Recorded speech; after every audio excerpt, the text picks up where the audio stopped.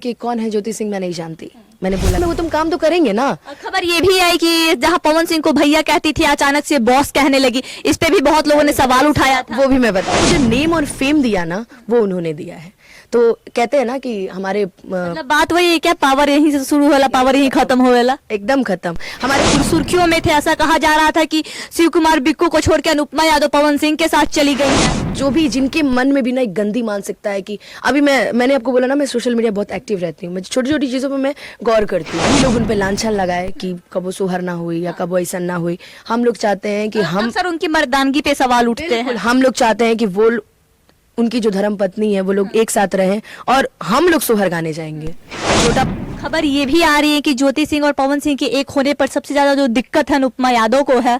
अच्छा ये बताइए मुझे दिक्कत क्यों होगा, वो मेरे गुरु हैं। आपको याद है मैंने एक बार बोला था कि कौन है ज्योति सिंह मैं नहीं जानती। मैंने बोला था ये बात। अच्छा उस समय बॉस से उनके जो रिश्ते थे वो ठीक नहीं चल रहे थे। तो जब मेरे बॉस उनको नहीं जानते तो मैं कैसे जानूंगी।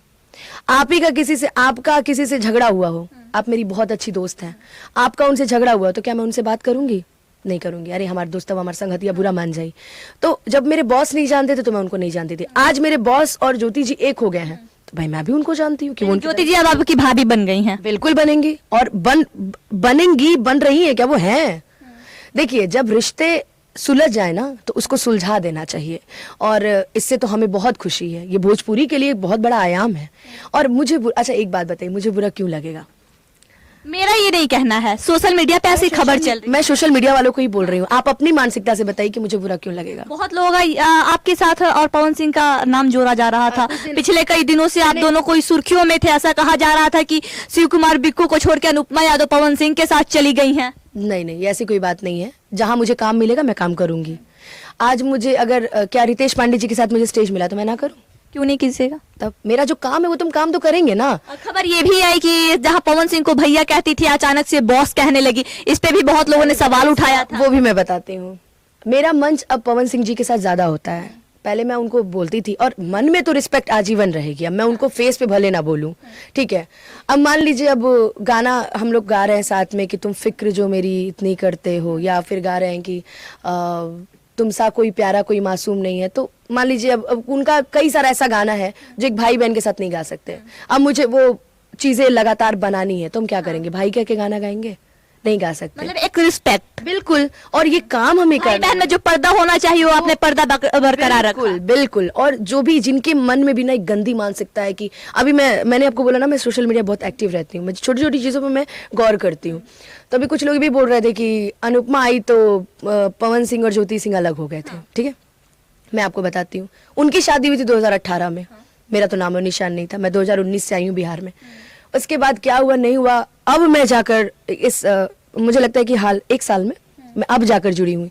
तो लोगों को तो ये बोलना चाहिए कि हम जब से आए तब से वो लोग एक हो गए। हम अलग थोड़ी किए थे, मेरे आने पे वो लोग एक हो गए। आने से उनका जो बॉन्ड था मजबूत हुआ। हम लोग हमेशा यही बोलते थे कि बस हम लोग ये चाहते कि हम लोग का यही मानसिकता है, यही हम लोग की सोच है कि जो भी लोग उन पे लांछन लगाए कि कब वो सोहर ना हुई या कब वो ऐसा ना हुई, हम लोग चाहते हैं कि हम अक्सर उनकी मर्दानगी पे सवाल उठते हैं। हम लोग चाहते हैं कि वो उनकी जो धर्म पत्नी है वो लोग एक साथ रहें और हम लोग सोहर गाने जाएंगे।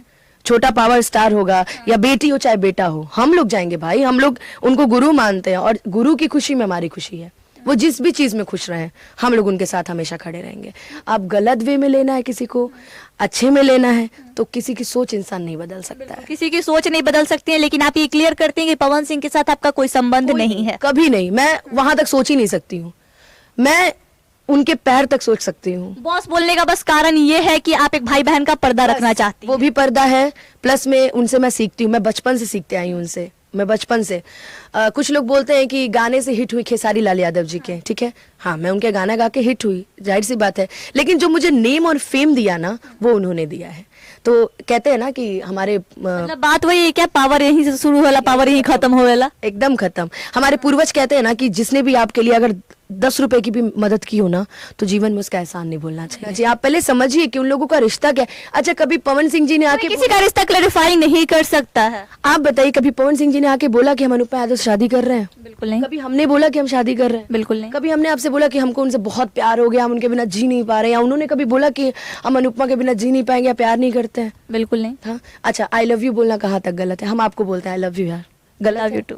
जो कैमरे वाले भैया चला रहे हैं हम उनको बोल रहे हैं यार आई लव यू, क्या गलत है ये? भावनाओं अलग अलग होती है, शब्द एक है, भावना अलग अलग हो सकती है। अब जब आपको इसी चीज पे, उस दिन मैंने एक और इंटरव्यू सुना, महिला विकास मंच की वीना मानवी दीदी हैं, उन्होंने भी बोला कि हम लोग भी जब एक साथ काम करते थे तो हम भी कुछ काम में जाते थे तो हम लोग भी अपने बॉस को आई लव यू बोलते थे। तो इसका मतलब गलत थोड़ी, अरे यार गलत, भोजपुरी वाले सिर्फ गलत समझते हैं। अच्छा, बॉलीवुड की हम बात, भोजपुरी में उतनी गंदगी परोस दी गई है, बिल्कुल परोस दी गई है, लोगों की सोच में परोस दी गई कि अरे पवन सिंह, अच्छा केकरा जोरे बड़े तब फलाने वहां के, अरे बाप तो गलतें करत हुई हैं। चलत हुई। अरे आपको मैं एक बात बता दूं ना, वो इंसान के जैसा ना दूसरा धरती पर कोई बना ही नहीं है। आप अगर अच्छे रहोगे ना तो जीवन में आपका कभी बुरा नहीं सोच सकते हैं। अगर आप अच्छे हो, आप दिल से, अगर हाँ दिमाग से रहोगे तब तो फिर कोई वहां पे काम नहीं है। दिल से अगर आप हो ना तो आपके लिए वो हर जगह। सुनने में आता है कि पवन सिंह वो भी दिमाग लगाना मतलब सही नहीं समझता है, ना लगाते हैं। नहीं, वो दिल के राजा हैं। आप उनसे प्यार से मांग लीजिए कि जैसे कि अब मान लीजिए आपके पास कोई चीज़ है, उनके पास कोई चीज़ है और आप बोल दीजिए कि सर वो चीज़ मुझे बहुत अच्छी लग रही है आपकी, कहीं ले जाओ, कोनो दिक्कत ना, बात ले जाओ, तू हमार तो रहा तो ले जाओ घरे, कोनो दिक्कत ना। अगर पवन सिंह की बात करें तो ज्योति सिंह और पवन सिंह एक हो गए हैं, जिसके बाद अनुपमा यादव पे लगातार सवाल उठ रहा है कि अब अनुपमा यादव को सबसे बड़ा दिक्कत है। लेकिन अनुपमा यादव का कहना है कि अगर उनके घर में लड़की होती है या